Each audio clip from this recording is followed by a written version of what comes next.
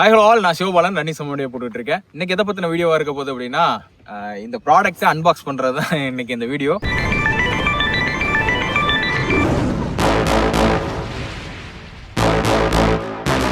இது என்னன்னா, ரொம்ப நாளாக 2 வருஷமாக போராடி கண்டிப்பாக எனக்கு இது வந்திருக்கு.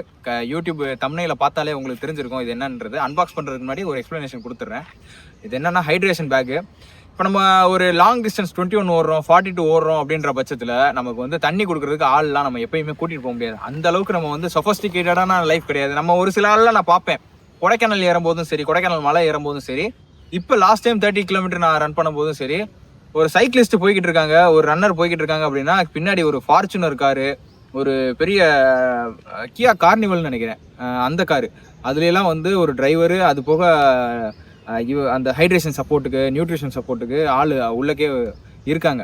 அவங்களோட அப்போ பார்த்துக்குங்க, அவங்க எந்த மாதிரி அவங்களோட பேக்ரவுண்டு கேட்டோம்னா ஒரு பெரிய இண்டஸ்ட்ரியலிஸ்டாக இருக்காங்க, நல்ல பணக்காரங்களாக இருக்காங்க. அவங்க யூஸ் பண்ணுற சைக்கிளோட விலையே வந்து 4 லட்சம் 5 லட்சம் அந்த மாதிரி இருக்கும், கூடயே இருக்கும், தெரில எவ்வளோன்னு, தோராயமாக சொல்கிறேன் நான். இந்த மாதிரி இருக்குது. அவங்க போகும்போது வாட்டர் தீர்ந்துருச்சு அப்படின்னா கையில் அப்படியே சஃபல் பண்ணிக்கிறதுக்கு, ப்ளஸ் வந்து ஏதாச்சும் சாப்பாடு. ஏன்னா ஒரு நாளைக்கு 1000 கிலோமீட்டரு, ஒரு நாள் இல்லை 1000 கிலோமீட்டர் ஸ்ட்ரெச்சை வந்து 1.5 நாள் 2 நாள் அந்த மாதிரி மலையில் ஹில்ஸில் ஓட்டிகிட்டு வருவாங்க. ஸோ இந்த மாதிரி பண்ணுறதுக்கு வந்து ஒரு ஆள் இருந்தால் தான் நம்ம வந்து ஹைட்ரேஷனை ப்ராப்பராக எடுக்க முடியும். நான் அதனால என்ன பண்ணுவேன் அப்படின்னா, ஆரம்ப கட்டத்தில் இருந்தே நான் வந்து தண்ணின்றதை எடுத்தது கிடையாது. என்னால் தண்ணி குடிக்காமல் எவ்வளோ ஓட முடியுதுன்றதை அடிக்கடி நான் புஷ் பண்ணி பார்ப்பேன். ஃபஸ்ட்டு டைம் நான் வந்து தண்ணி குடிக்காமல் ஓடினது வந்து 10 கிலோமீட்டர் இன் கிரவுண்ட்லேயே, அதாவது எங்கள் ஆர்டிஎம் காலேஜ் கிரவுண்ட் இருக்குது, அதில் அப்படியே ஓடினேன். நான் முடிச்சுட்டு தான் தண்ணி குடிக்கிறது. அதுக்கப்புறம்னாலும் அதே மாதிரி தான் வந்து சிவகங்கையிலேருந்து மானாமதுரைக்கு ஃபஸ்ட்டு ட்ரை பண்ணது 15 கிலோமீட்டர். அதுவுமே அப்படி தான் தண்ணி குடிக்காமல் போயிட்டு அங்கே போய் தான் ஃபஸ்ட்டு தண்ணி வாங்கி குடிக்கிறது.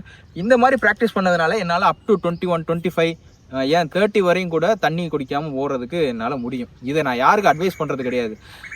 முக்கியமாக என்னையை பார்த்து இன்ஃப்ளூயன்ஸ், நான் வந்து இதுக்கு தான் ஃபாலோ பண்ணுங்க, சப்ஸ்கிரைப் பண்ணுங்கன்னு கூட சொல்ல மாட்டேன். என்னை பார்த்து எதுவும் தப்பான வழியில் இன்ஃப்ளூயன்ஸ் ஆகிடக்கூடாது அப்படின்றதுக்காக இந்த தண்ணி குடிக்காமல் ஓடுறது, மாங்குன்னு ஓடுறது, விழுந்தடிச்சு ஓடுறது, இந்த விஷயங்கள்லாம் வந்து அவங்களே சுய பரிசோதனை பண்ணி தான் தெரிஞ்சுக்கிறணும்.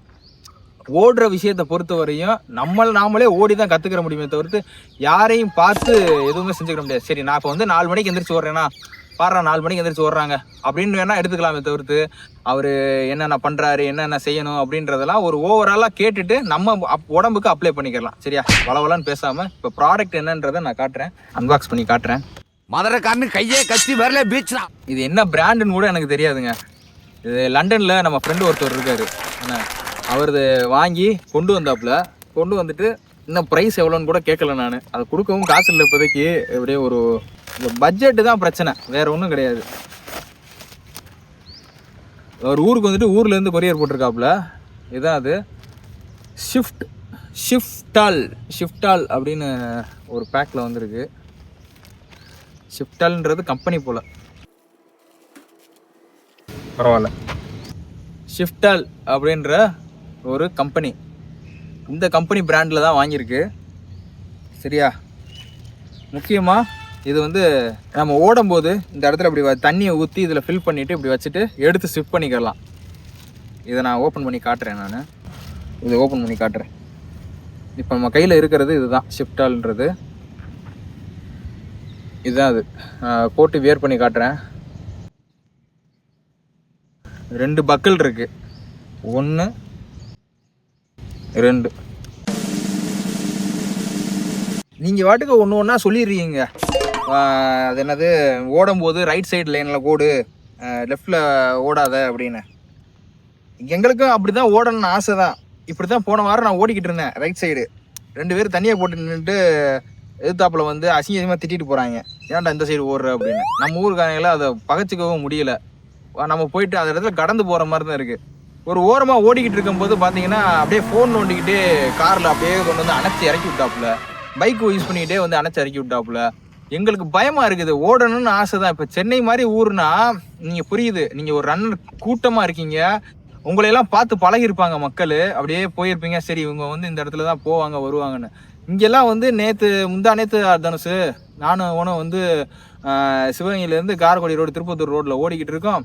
ஏதோ வினோத ஜந்து பார்க்குற மாதிரி எப்படி ஒரு 100 பேராச்சு இப்படி திரும்பி அது நமக்கே ஒரு என்ன சொல்கிறது, கூச்சமே போயிடுச்சு. கேமரா எடுத்ததுக்கப்புறம் ரொம்ப ஒரு மாதிரி அன்கம்ஃபர்டபுளாக ஆயிரும்.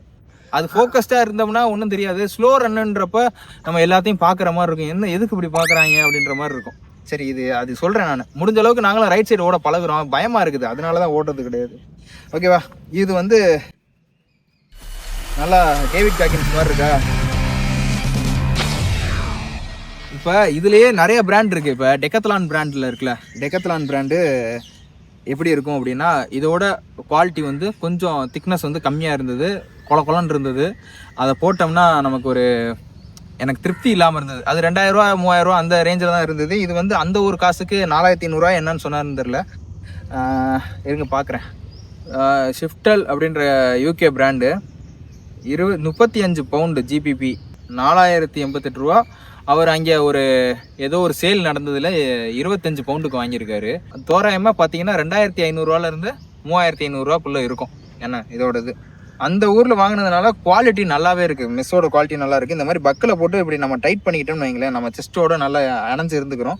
இந்த இது இருக்குல்ல வாட்டர் பாட்டில், இது மாதிரி நம்ம இன்னொன்று கூட ஆர்டர் போட்டு வாங்கிக்கலாம். மதுரைக்காரனு கையே கத்தி வரல பீச் தான். இந்த கவரை எங்கேயும் போடலை, பேக்கெட்டில் வச்சு வீட்டில் கொண்டு போய் போட்டுறேன். டிசிப்ளின் தான் முக்கியம். ஆமாம். இப்போ இதில் வந்து இந்த பாருங்கள், இது வந்து சும்மா அந்த நம்ம டயர் டியூப் இருக்குல்ல அந்த மாதிரி தான் மெட்டீரியல் இது. அதில் வந்து இப்படி தண்ணி ஊற்றிட்டு இது ஃபுல்லாக நிரப்பிட்டு, இது போதும் என்ன. போகும்போது மடக்கெல்லாம் தண்ணி குடிக்க முடியாது, ஓடும்போது சும்மா லைட்டாக சிப் பண்ணி வாயை நினச்சிக்கிட்டு போகிறது தான். இந்த இடத்த இது பண்ணிவிட்டு கேப்பை கழட்டிட்டு, சரி கேப்பை கழட்டிட்டு இதுக்குள்ளே வச்சுக்கிற வேண்டியதான். இப்படி வச்சுட்டு நம்ம வேணுன்றப்போ எடுத்து குடிச்சிக்கிற வேண்டியதான். இதில் வந்து ஃபோன் வச்சுக்கலாம், இல்லைனா ஜெல்ஸ் வச்சுக்கலாம், இல்லைனா ரெண்டுலேயுமே நம்ம தண்ணி பாட்டில் வச்சுக்கலாம். ஓகேவா? இப்போ முக்கியமாக அடுத்து பார்க்க வேண்டியது இருங்க, கழட்டிட்டு காட்டுறேன். இதில் வேறு என்ன இருக்குது, எந்த இருக்குது பாருங்கள். ஜெல்ஸு இதெல்லாம் வைக்கிறதுக்கு இது ஜிப்பு கொடுத்துருக்காங்க. ஜெல்ஸ் வைக்கிறதுக்கு விசில் ஒன்று இருக்குது.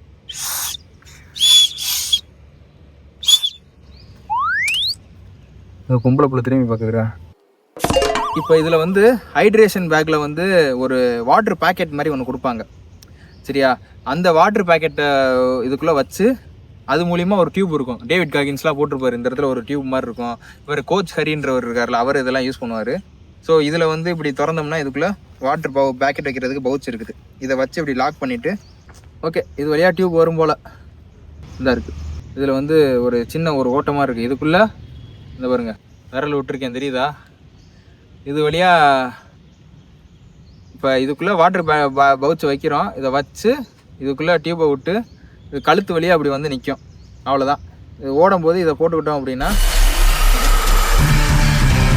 இது பிராண்டு பார்த்தீங்கன்னா கேமல் பேக்குன்னு ஒரு பிராண்ட் இருக்குது. அந்த பிராண்ட்லாம் பார்த்தீங்கன்னா இன்னும் நல்லாயிருக்கும். அந்த டியூபு ப்ளஸ் அந்த பேக்கெட்டு இது எல்லாத்தையும் சேர்த்து 2 லிட்டரு 1 லிட்டரு 3 லிட்டரு 4 லிட்டருன்னு கெப்பாசிட்டியில் கொடுப்பாங்க. அதோட கிளாத் குவாலிட்டியும் சூப்பராக இருக்கும்னு சொல்லியிருக்காங்க.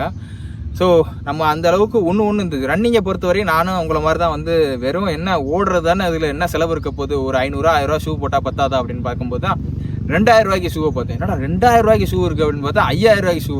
5000 ரூபாய்க்கு போட்டு ஓடிக்கிட்டு இருக்கும்போது பார்த்தா 10000 13000 15000 20000 கார்பன் பிளேட்டு லொடுசுன்னு என்னென்னமோ போய்கிட்டு இருக்குது. ஏன்னா அது போக இப்போ ஜெல்ஸ் இருக்குது. ஜெல்லு ஒரு தடவை ரேஸுக்கு போகிறோம்னா 600 800 ஜெல்லு வாங்கணும்.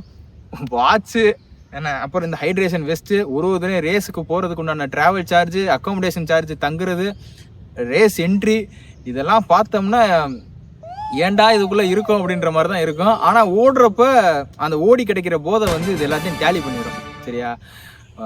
இது வந்து என்னோட வேலை, என்னோட தொழில், சரியா? அதனால இவ்வளோ இன்வெஸ்ட் பண்ணி உங்களுக்கு இதெல்லாம் இருக்குது அப்படின்னு தெரியப்படுத்துகிறேன். நம்மள்ட்ட வருமானம் நல்லா வந்ததுக்கப்புறம் தப்பான வழியில் எதுலேயும் போகாமல் உடல் ஆரோக்கியத்தையும் சேர்த்து பார்க்குற மாதிரி ஒரு விளையாட்டாகவும் இதை பார்த்துக்கிட்டோம் அப்படின்னா இந்த செலவெல்லாம் நமக்கு வந்து பெருசாகவும் தெரியாது. நம்மள்ட்ட காசும் அப்போதைக்கு இருக்கும்ல, அப்படி பயன்படுத்திக்கிறலாம்.